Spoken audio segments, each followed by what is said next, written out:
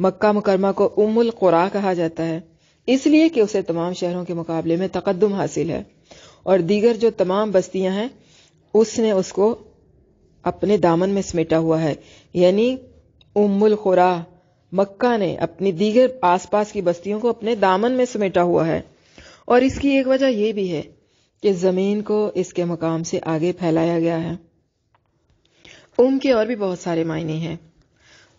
ماں کو بھی کہتے ہیں، امام بھی اسی سے ہے.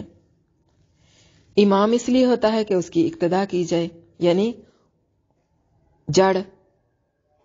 امام رکوع کرے گا تو مقتدی رکوع کریں گے، امام سجدے میں جائے گا تو ہم سجدے میں جائیں گے، امام نے قیام کرنا ہے تو ہم نے بھی قیام کرنا ہے. اور اسی طرح امی ان پڑھ کو بھی کہتے ہیں، امی ماں کو بھی کہتے ہیں. جڑ بھی ہے، جڑ کو بھی کہتے ہیں. اور ماں کو دیکھیں، بچہ کہتا ہے امی روٹی دو، امی کھانا دو، امی پانی چاہیے، امی امی امی. چونکہ بچہ بار بار ماں کی طرف لپکتا ہے، کیونکہ اس کا مرکز اور محور ماں ہوتی ہے. تو اسی لیے سورۃ فاتحہ کو ام الکتاب کہتے ہیں کہ یہ تمام مضامین کا محور اور مرکز ہے. قرآن مجید کے اندر جتنے بھی مضامین اور مطالب ہیں سب اس کے اندر سمائے ہوئے ہیں، سب کا خلاصہ اس سورت کے اندر بیان کیا گیا ہے. امام احمد رحمہ اللہ نے حضرت ابو ہریرہ رضی اللہ عنہ کی روایت بیان کی ہے کہ اللہ کے نبی صلی اللہ علیہ وسلم نے سورۃ فاتحہ کے بارے میں فرمایا، ہیا ام القرآن وہی سبع المثانی وہی القرآن العظیم. یہ ام القرآن، سبع مثانی، بار بار پڑھی جانے والی 7 آیات اور قرآن عظیم ہے. یعنی بار بار 7 آیات یہ پڑھی جاتی ہیں. اس کو سبع مثانی اسی لیے کہا جاتا ہے کہ یہ بار بار، اس کے اندر 7 آیتیں ہیں جو کہ بار بار پڑھی جاتی ہیں. نماز کی ابتدا سورۃ فاتحہ سے ہوتی ہے، دعا کی ابتدا سورۃ فاتحہ سے ہوتی ہے، قرآن کی ابتدا سورۃ فاتحہ سے ہوتی ہے. کسی کی فوتگی میں چلے جاؤ تو وہاں پہ جا کے کیا کہتے ہیں چلو جی فاتحہ پڑھو. کہاں سے دعا کی ابتدا ہوئی؟ فاتحہ سے. تو اس لیے یہ بار بار پڑھی جاتی ہے، اس لیے اس کا نام ہے سبع مثانی، یعنی 7 بے مثال بار بار پڑھی جانے والی آیتیں.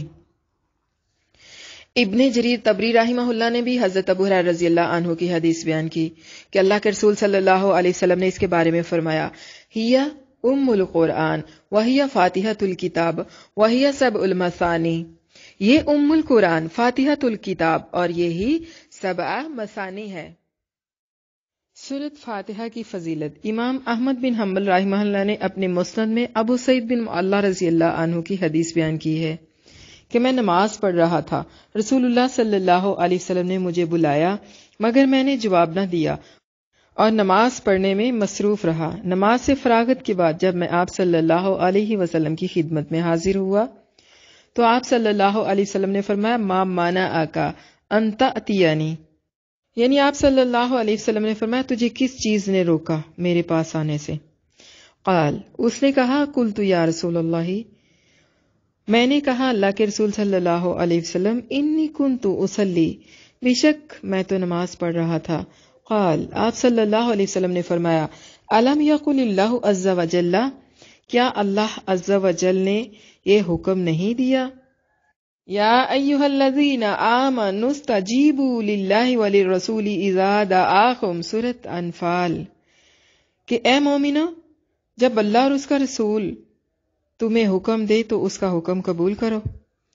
کیا اللہ عز و جل نے نہیں فرمایا مومنون اللہ اور اس کے رسول کا حکم قبول کرو؟ جب بھی وہ رسول صلی اللہ علیہ وسلم تمہیں بلائے. پھر آپ صلی اللہ علیہ وسلم نے فرمایا، لا اعلمنک اعظم سورۃ من القرآن قبل ان تخرج من المسجد، یقیناً میں تم کو مسجد سے نکلنے سے پہلے قرآن مجید کی سب سے عظیم سورت سکھاؤں گا. کہتے ہیں پھر آپ نے میرا ہاتھ پکڑ لیا. جب آپ مسجد سے باہر نکلنے لگے تو میں نے عرض کی، اے اللہ کے رسول صلی اللہ علیہ وسلم، آپ نے فرمایا تھا کہ میں تمہیں قرآن کی سب سے عظیم سورت سکھاؤں گا. آپ صلی اللہ علیہ وسلم نے فرمایا، نعم، جی ہاں، کہا تھا. کون سی ہے وہ سورت؟ الحمدللہ رب العالمین، ہی سبع المثانی والقرآن العظیم الذی اوتیتہ. ہاں، یہ سورت الحمدللہ رب العالمین ہے، یہی وہ سبع مثانی اور قرآن عظیم ہے جو مجھے دیا گیا۔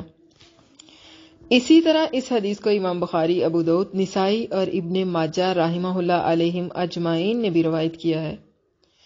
اس طرح کی اور بہت سی حدیث سے استدلال کیا گیا ہے کہ قرآن مجید کی بعض آیتیں اور صورتیں بعض سے افضل ہیں، جس طرح کہ سورۃ فاتحہ باقی تمام صورتوں سے چھوٹی ہے لیکن افضل ہے۔ اسی طرح سورۃ بقرہ میں موجود آیت الکرسی یعنی آیت الکرسی والی آیت کو باقی آیتوں کی سردار کہا جاتا ہے، یہ سب سے زیادہ فضیلت والی ہے۔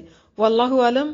امام بخاری رحمہ اللہ نے اپنی صحیح کی کتاب فضائل القرآن میں ابو سعید خدری رضی اللہ عنہ سے روایت کیا ہے کہ ہم ایک سفر میں تھے، ہم نے ایک جگہ پڑاؤ ڈالا تو ایک لڑکی آئی اور اس نے کہا کہ اس قبیلے کے سردار کو بچھو نے ڈس لیا ہے، ہماری بستی کے لوگ غائب ہیں، تو کیا تم میں سے کوئی دم کرنے والا ہے؟ ہم میں سے ایک آدمی اٹھ کر اس کے ساتھ ہو لیا، اس کے بارے میں ہمیں گمان نہیں تھا کہ وہ دم جانتا ہے، مگر اس نے دم کیا اور وہ سردار صحت یاب ہو گیا، اور اس نے حکم دیا کہ ہمیں 30 بکریاں دی جائیں۔ اس نے ہمیں دودھ بھی پلایا۔ جب وہ واپس آئے تو ہم نے پوچھا کیا تم دم کرنا جانتے ہو؟ اس نے کہا نہیں، میں نے تو صرف ام الکتاب پڑھ کر دم کیا ہے، یعنی سورۃ فاتحہ پڑھ کے دم کیا ہے۔ ہم نے کہا اب کوئی بات نہ کرو حتیٰ کہ ہم اللہ کے رسول صلی اللہ علیہ وسلم کی خدمت میں حاضر ہوں اور آپ صلی اللہ علیہ وسلم سے اس کے بارے میں پوچھیں۔ جب ہم مدینہ واپس آئے اور اس واقعہ کا ذکر ہم نے اللہ کے نبی صلی اللہ علیہ وسلم سے کیا تو آپ صلی اللہ علیہ وسلم نے فرمایا وَمَا كَانَ يُدْرِيهِ أَنَّهَا رُقْيَةٌ، کیا اسے معلوم تھا کہ یہ رقیہ ہے یعنی یہ دم ہے؟ اقسموا واضربوا لی بسہم، ان بکریوں کو تقسیم کر لو اور مجھے بھی حصہ دو۔ اللہ کے نبی صلی اللہ علیہ وسلم کا اپنے صحابہ کے ساتھ خوشگوار انداز میں ایسا کہنا کہ مجھے بھی حصہ دو یعنی میرا حصہ بھی نکالو، یہ محض صحابہ کرام کی خوش دلی کے لیے تھا اور ان کے دل سے اس فکر اور گلٹ کو دور کرنا کہ ہم نے سورۃ فاتحہ پڑھ کر یعنی قرآن پڑھ کے معاوضہ لیا ہے، تو یہ اگر ان کے دل میں اس بات کی کوئی فکر ہے تو وہ نکل جائے اور انہیں اس بات کی خبر ہو جائے کہ یہ معاوضہ لینا جائز ہے۔ بہت سارے لوگ، بہت سارے علماء کرام جو ہیں وہ یہ جواز پیش کرتے ہیں کہ قرآن پڑھا کر فیس لینا یا دم کر کے معاوضہ لینا جائز نہیں ہے، تو یہ بات نہیں ہے، قرآن پڑھا کر یا دم کر کے ہدیہ لے سکتے ہیں۔ بہترین کمائی جو تم قرآن کے ذریعے سے حاصل کرو۔ اس کے بارے میں اور حدیث بھی ہے کہ صحابہ کرام کی ایک جماعت اللہ کے نبی صلی اللہ علیہ وسلم کے پاس سے کسی سفر پر گئی تھی، وہاں انہوں نے ان بستی والوں سے مہمان نوازی مانگی تھی تو انہوں نے مہمان نوازی کرنے سے انکار کر دیا تھا، پھر اس بستی کے سردار کو سانپ نے ڈس لیا۔ وہ بستی والے ان کے پاس آئے اور کہا کہ آپ ایک ایسے شخص کے پاس سے آئے ہیں جو خیر لے کر آیا ہے، تو تم میں سے کوئی دم کرنا جانتا ہے؟ مطلب ہمارے سردار کو سانپ نے ڈس لیا ہے تو بستی کے لوگ موجود نہیں ہیں یا اسے کسی چیز سے آرام نہیں آ رہا۔ تو صحابہ میں سے ایک صحابی اٹھ کر اس کے ساتھ چلا گیا، لیکن اس نے کہا ہم نے آپ لوگوں سے مہمان نوازی مانگی تھی لیکن آپ نے مہمان نوازی کرنے سے انکار کر دیا، اب ہم بنا معاوضہ دم نہیں کریں گے، مطلب اب آپ بھی ہمیں معاوضہ دو گے تب ہم دم کریں گے۔ تو پھر ان کے ساتھ 30 بکریوں پر معاوضہ طے ہوا تھا۔ اس صحابی نے دم کیا رضی اللہ عنہ اور پھر وہ جو سردار تھا وہ ٹھیک ہو گیا، تندرست ہو گیا، انہوں نے اپنے وعدے کے مطابق 30 بکریاں دی۔ وہ صحابی 30 بکریاں لے کر صحابہ کے پاس آیا تو انہوں نے پوچھا کہ کیا تجھے پتا تھا، مطلب تجھے دم کرنا آتا تھا؟ صحابی نے بولا کہ نہیں، مجھے دم کرنا نہیں تھا آتا، لیکن میں نے تو صرف سورۃ فاتحہ پڑھ کے دم کیا یعنی ام الکتاب کے ساتھ۔ تو صحابہ کہنے لگے کہ نہ، یعنی فکر مند ہو گئے، کہنے لگے ان بکریوں کا بھی کچھ نہ کرنا، اس معاملے میں خاموش رہو۔ اللہ کے نبی صلی اللہ علیہ وسلم کے پاس چلتے ہیں، انہیں سارا ماجرا سناتے ہیں، جو پھر وہ حکم دیں گے آپ صلی اللہ علیہ وسلم کے حکم کے مطابق معاملہ کریں گے۔ پھر مدینہ آئے، اللہ کے نبی صلی اللہ علیہ وسلم کے سامنے سارا معاملہ ذکر کیا۔ آپ صلی اللہ علیہ وسلم نے خوش دلی سے فرمایا کہ یہ صحیح ہے، مطلب لوگ تو باطل پر دم کرتے ہیں، باطل چیزیں کھاتے ہیں، مطلب باطل دم کر کے کھاتے ہیں، تم نے تو حق کھایا ہے، یعنی تم نے حق یعنی سچائی کے ساتھ دم کیا، صحیح دم کیا ہے، تو تم ان بکریوں کو تقسیم کر لو، اس میں میرا حصہ بھی مقرر کرو۔ اسی طرح ایک فش کے معاملے میں بھی ہے کہ صحابہ کو ایک مچھلی ملی تھی، تو اس میں بھی اللہ کے نبی صلی اللہ علیہ وسلم نے فرمایا تھا میرا حصہ نکال لو۔ تو اس سے یہ بات ثابت ہوتی ہے کہ جو لوگ قرآن پڑھاتے ہیں اور اس پر ہدیہ لیتے ہیں یا معاوضہ لیتے ہیں یا فیس لیتے ہیں، تنخواہ لیتے ہیں، جو بھی کہہ لیں، وہ جائز ہے۔ اسی طرح ابو محذورہ جو مکہ کا مؤذن تھا، اس کے بارے میں بھی روایت موجود ہے۔ اللہ کے نبی صلی اللہ علیہ وسلم نے کچھ لڑکوں کو سنا جو اذان ہو رہی تھی تو وہ اس کا مذاق اڑا رہے تھے، مطلب اذان کی نقل کر رہے تھے۔ تو ان میں ایک آواز اللہ کے نبی صلی اللہ علیہ وسلم کو بہت خوبصورت لگی، ابو محذورہ کی۔ تو آپ صلی اللہ علیہ وسلم نے صحابہ کو حکم دیا کہ ان کو پکڑ کر لایا جائے۔ تو صحابہ ان کو پکڑ کر لے آئے، وہ ڈر رہے تھے کہ پتہ نہیں کیا معاملہ ہوگا۔ اللہ کے نبی صلی اللہ علیہ وسلم نے ان سب سے کہا باری باری اذان دو، تو سب باری باری اذان دینے لگ گئے۔ جب ابو محذورہ نے اذان دی تو اللہ کے نبی نے اس کی آواز کو پہچان لیا اور کہا ادھر آؤ میرے پاس۔ وہ ڈر رہے تھے۔ اللہ کے نبی صلی اللہ علیہ وسلم نے ان کے سینے پر ہاتھ رکھا، برکت کی دعا کی اور کہا اللہ ابو محذورہ کا سینہ کھول دے۔ تو ابو محذورہ نے اسلام قبول کر لیا۔ پھر اللہ کے نبی صلی اللہ علیہ وسلم نے ابو محذورہ کو مکہ کا مؤذن مقرر کر دیا۔ پھر وہ اپنی زندگی میں مکہ معظمہ میں یعنی حرم کے اندر اذان دیا کرتے تھے۔ تو اس کی آواز اللہ کے نبی صلی اللہ علیہ وسلم کو اتنی اچھی لگی کہ اللہ کے نبی صلی اللہ علیہ وسلم نے ابو محذورہ کو اشرفیوں سے بھری ہوئی ایک تھیلی دی تھی۔ تو اس طرح جو مؤذن لوگ ہوتے ہیں وہ اگر کوئی معاوضہ مقرر کرے تو ایسا مؤذن مقرر نہیں کرنا چاہیے، یہ ناپسندیدہ ہے۔ مطلب اگر کوئی مؤذن کہے کہ میری اتنی تنخواہ مقرر کی جائے تو میں اذان دوں گا، تو یہ غلط بات ہے۔ ایسے انسان کو مؤذن مقرر نہیں کرنا چاہیے جو معاوضہ طلب کرے۔ البتہ کوئی خوش ہو کر خود سے کچھ دے تو وہ لینا جائز ہے، جس طرح کہ اللہ کے نبی صلی اللہ علیہ وسلم نے ابو محذورہ کو دیا تھا۔ اسی طرح اللہ کے نبی صلی اللہ علیہ وسلم نے ایک دفعہ حضرت عمر کو بھی اشرفیوں کی تھیلی دی تھی، تو انہوں نے لینے سے انکار کر دیا اور کہا اللہ کے نبی اسے مجھ سے زیادہ کسی ضرورت مند کو دے دیں۔ تو آپ نے فرمایا اس کو لے لو، پکڑو اسے اپنے مال میں شامل کر لو، مطلب جس طرح چاہے اس کو خرچ کر لو، ہاں طمع مت رکھو۔ اگر بنا طمع کے تمہیں کوئی چیز مل جاتی ہے تو پھر اس کو لینے میں کوئی حرج نہیں ہے۔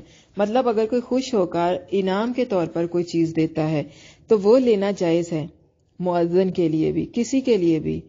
معاوضہ مقرر کرنا نہیں، البتہ قرآن پڑھانا یا دم وغیرہ کر کے جو لوگ اس پہ ہدیہ لیتے ہیں انہیں ہم برا نہیں کہہ سکتے، یہ لینا جائز ہے۔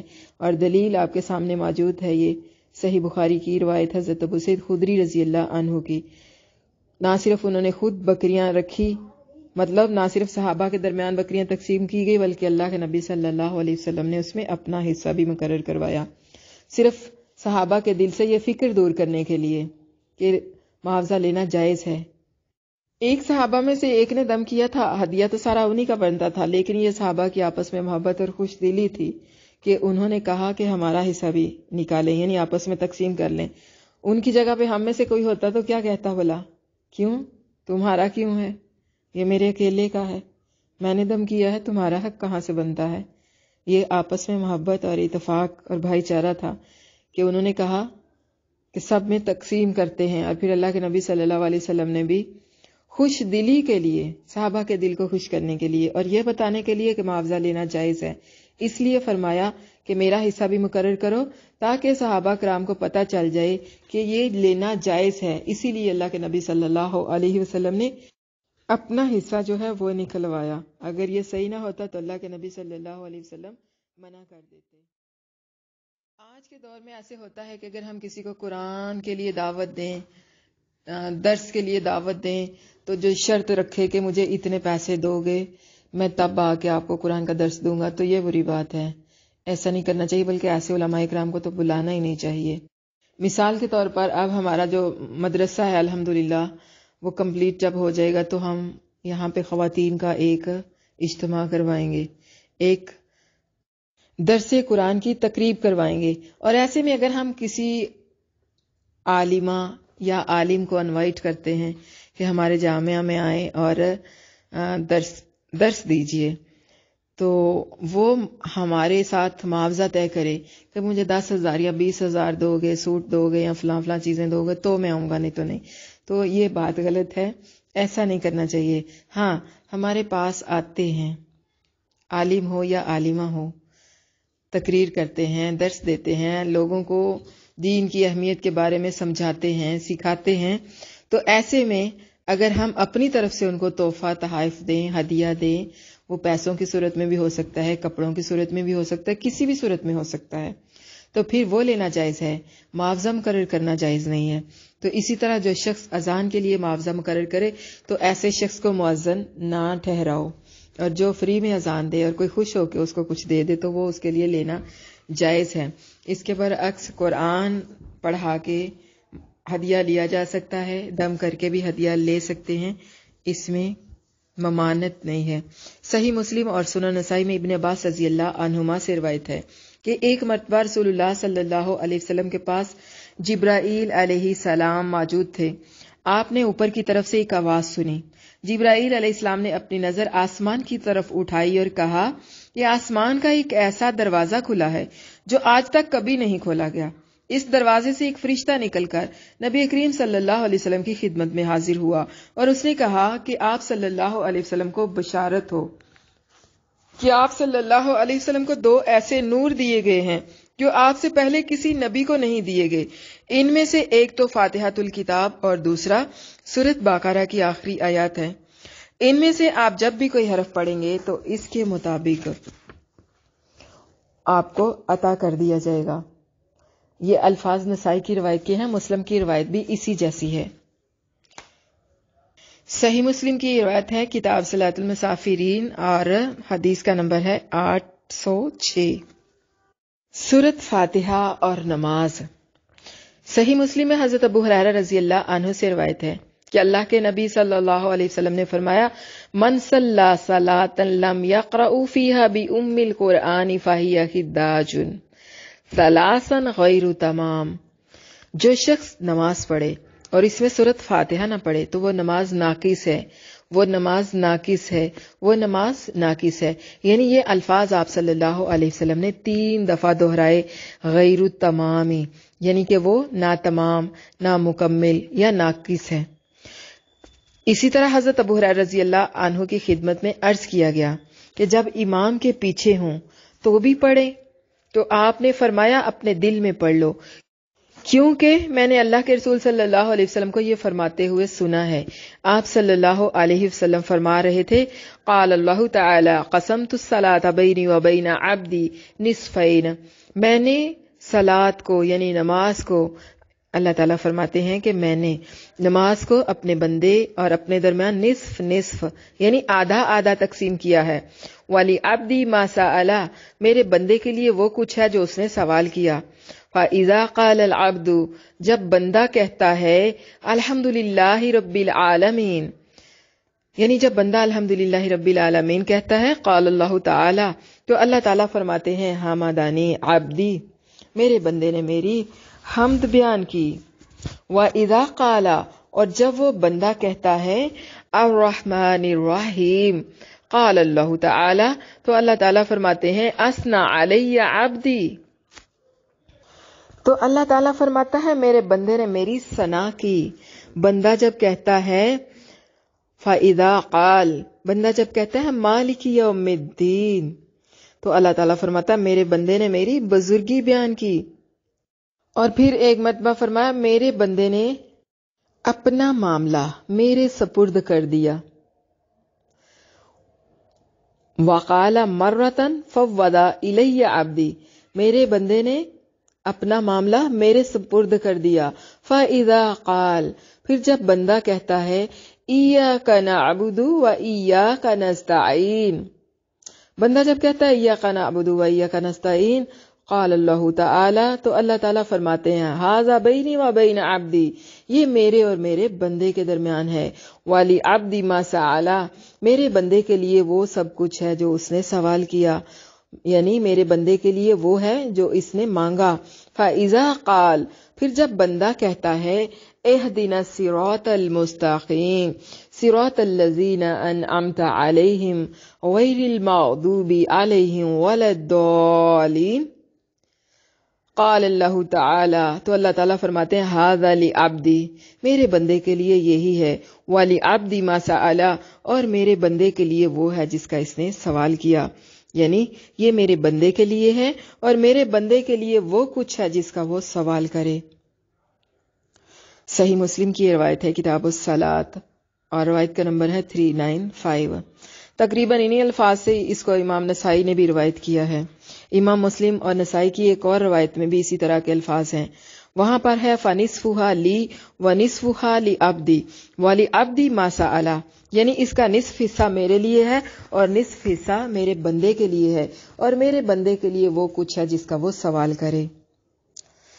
اس کے بعد نماز میں قرات سے مراد سورۃ فاتحہ کی قرات ہی ہے۔ اس حدیث میں لفظ الصلاۃ سے مراد قرات ہے، جیسا کہ ارشاد باری تعالیٰ ہے وَلَا تَجْهَرْ بِصَلَاتِكَ وَلَا تُخَافِتْ بِهَا وَابْتَغِ بَيْنَ ذَلِكَ سَبِيلًا، سورۃ بنی اسرائیل۔ اور نماز نہ بلند آواز سے پڑھے اور نہ آہستہ، بلکہ ان کے بیچ کا راستہ اختیار کریں۔ اس آیت میں بھی الصلاۃ سے مراد نماز میں قرات ہے، جیسا کہ صحیح بخاری میں حضرت ابن عباس رضی اللہ عنہما سے اس کی صراحت بھی موجود ہے۔ صحیح مسلم کی یہ روایت ہے جس کا نمبر ہے 395، کتاب الصلاۃ، اور باب ہے سورۃ فاتحہ کا واجب ہونا۔ اسی طرح اس حدیث میں بھی قسمت الصلاۃ بینی و بین عبدی نصفین فنصفها لی ونصفها لعبدی ولعبدی ما سأل، یہی الفاظ ہیں۔ پھر اس تقسیم کی تفصیل بیان کرتے ہوئے سورۃ فاتحہ پڑھنے کی تفصیل بیان کر دی گئی ہے۔ اس حدیث میں نماز میں سورۃ فاتحہ پڑھنے کے لیے الصلاۃ، نماز ہی کا لفظ استعمال کیا گیا ہے، اور یہ نماز میں سورۃ فاتحہ کے پڑھنے کی عظمت کی دلیل ہے۔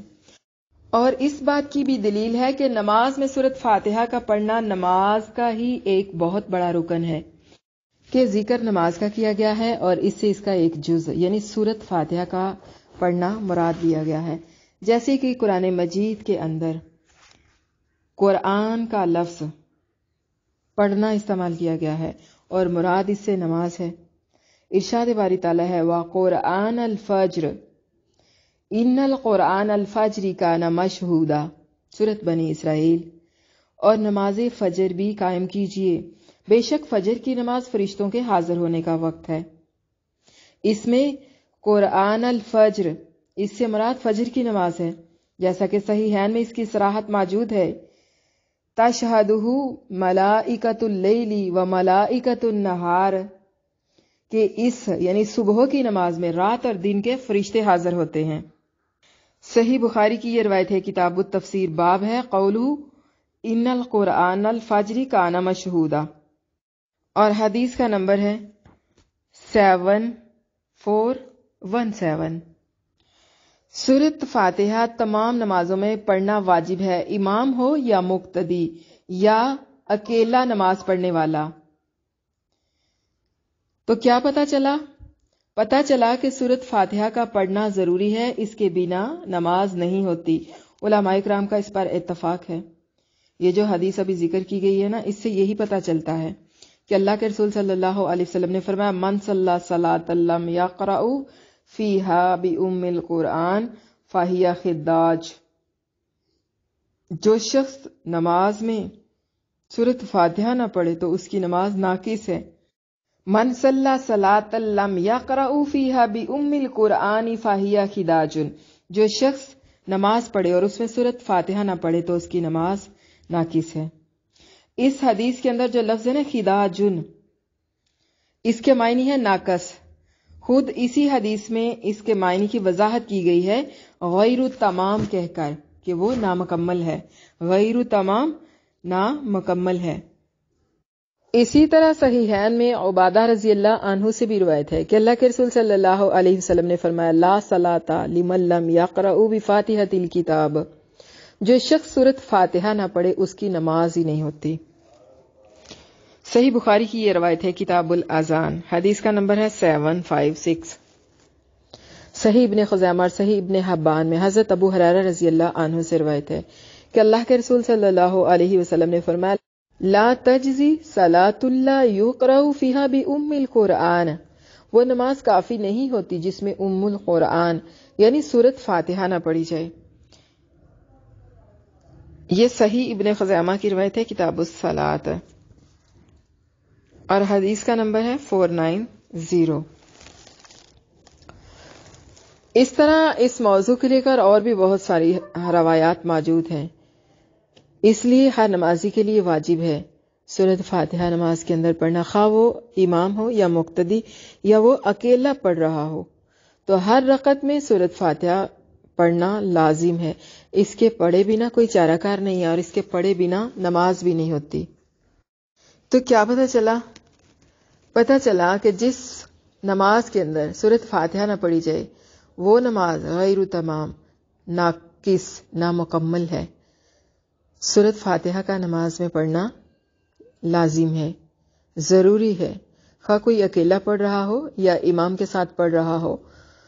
سوال تھا کہ اگر کوئی امام کے ساتھ پڑھ رہا ہو تو امام کی قرات کافی ہوتی ہے، پھر جب امام پڑھ رہا ہو تو پھر امام کے پیچھے کیسے نماز پڑھیں، مطلب کیسے سورۃ فاتحہ پڑھیں؟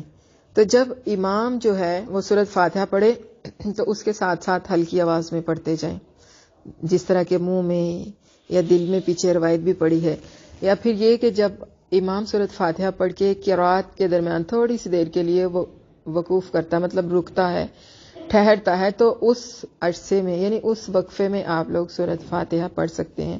بہرحال سورۃ فاتحہ پڑھنا لازمی ہے، چاہے اس کو دل میں پڑھیں، منہ میں پڑھیں، یا ساتھ ساتھ ہلکی آواز میں دہراتے جائیں کہ آپ کو محسوس ہو کہ آپ سورۃ فاتحہ پڑھ رہے ہیں۔ سبحانک اللہم و بحمدک اشہد ان لا الہ الا انت استغفرک و اتوب الیک۔ سبحان ربک رب العزت عما یصفون وسلام علی المرسلین والحمد للہ رب العالمین۔ رب اغفر وارحم وانت خیر الراحمین، وصلی اللہ وسلم وبارک علی نبینا محمد وعلی آلہ واصحابہ اجمعین، آمین ثم آمین یا رب العالمین۔ الحمدللہ سبق جو ہے وہ مکمل ہو گیا۔ تو آج کے سبق کو لے کے اگر مزید کسی نے کوئی سوال کرنا ہے تو آپ پوچھ سکتی ہیں۔ سبحانک اللہم و بحمدک اشہد ان لا الہ الا انت استغفرک و اتوب الیک۔ سبحانک اللہم و بحمدک اشہد ان لا الہ الا انت استغفرک و اتوب الیک۔ بسم اللہ الرحمن الرحیم۔ السلام علیکم ورحمۃ اللہ وبرکاتہ۔ آج کے سبق میں ہم پڑھیں گے حمزۃ الوصل۔ حمزۃ الوصل کیا ہوتا ہے اور قرآن مجید کے اندر اس کو کیسے پڑھتے ہیں؟ سب سے پہلے تو یہ جاننا ضروری ہے کہ حمزۃ الوصل ہوتا کیا ہے۔ قرآن مجید کے اندر آپ کو دو طرح کے حمزہ نظر آتے ہیں، ایک گول عین والا جو حروف تہجی کے آخر میں ہوتا ہے، اور ایک لمبا الف والا۔ اب آپ یہ سوچ رہے ہوں گے کہ یہ عین والا حمزہ تو سمجھ میں آتا ہے، اور یہ الف والا جو ہے یہ حمزہ کیسے بن گیا؟ جب اس الف کے اوپر کوئی حرکت آ جائے، فتحہ، کسرہ یا ضمہ، کوئی بھی حرکت آ جاتی ہے تو پھر یہ الف نہیں رہتا، یہ حمزہ بن جاتا ہے، یعنی اس کا پڑھنے میں تلفظ جو ہے وہ حمزہ کا ہو جاتا ہے۔ مثال کے طور پر جب کوئی انسان اپنی پی ایچ ڈی مکمل کرتا ہے تو وہ کہتا ہے کہ اسے ڈاکٹر کہا جائے، اس کے نام کے ساتھ ڈاکٹر لگ جاتا ہے۔ تو بالکل اسی طرح جب الف اپنی ڈگری مکمل کر لیتا ہے، مطلب کہ ابھی اس کے اوپر کچھ بھی نہیں ہے، خالی ہے، مگر جب اس کے اوپر کوئی حرکت یا کوئی سائن آ جاتا ہے، جس طرح فتحہ، کسرہ یا ضمہ، کچھ بھی، تو اب یہ الف نہیں رہے گا، اب یہ حمزہ بن جائے گا، یعنی اب الف نے اپنی ڈگری مکمل کر لی ہے، تو اب اس کو حمزہ کہیں گے۔ اب یہ دونوں حمزہ ہیں، عین والا حمزہ اور الف والا حمزہ، دونوں سیم ہوتے ہیں۔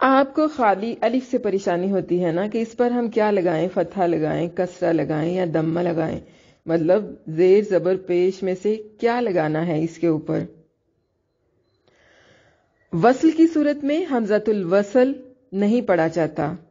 اگر اس کے الف سے شروع کریں یعنی حمزۃ الوصل کے الف سے شروع کریں تو اس الف کو پڑھا جائے گا، جس طرح کہ الحمدللہ رب العالمین۔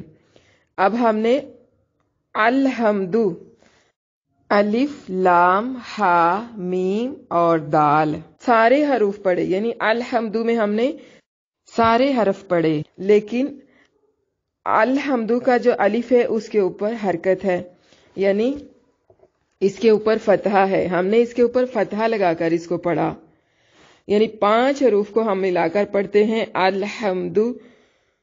یہ الف سٹارٹ میں کیوں پڑھتے ہیں؟ کیونکہ یہ بھی حمزۃ الوصل ہے۔ اگر ہم بسم اللہ کو ساتھ ملا لیتے ہیں تو پھر حمزۃ الوصل گر جائے گا، چونکہ ہم آیت شروع کر رہے ہیں، یعنی اگر ہم نے حمزۃ الوصل آیت سے شروع کرنا ہے، حمزۃ الوصل سے شروع کرنا ہے، پھر حمزۃ الوصل کو پڑھے بنا لفظ نہیں پڑھ سکتے، ہم لا حمد نہیں پڑھ سکیں گے، لی حمد نہیں پڑھ سکیں گے، لو حمد نہیں پڑھ سکیں گے، ہم الحمد ہی پڑھیں گے۔ پھر ہمیں حمزہ کے اوپر فتحہ لگانی پڑے گی، حمزۃ الوصل پڑھا جائے گا۔ اور اگر ہم نے وصل کیا یعنی پچھلی آیت کے ساتھ ملا کر اس کو پڑھا، پھر حمزۃ الوصل گر جائے گا۔ اگر ہم الحمد سے نہ شروع کریں، بسم اللہ کو ساتھ ملا لیں، تو پھر کیا ہوگا؟ پھر ہوگا بسم اللہ الرحمن الرحیم کی بجائے ہم پڑھیں گے الحمد للہ، الحمد للہ رب العالمین۔ پھر کیا ہوگا؟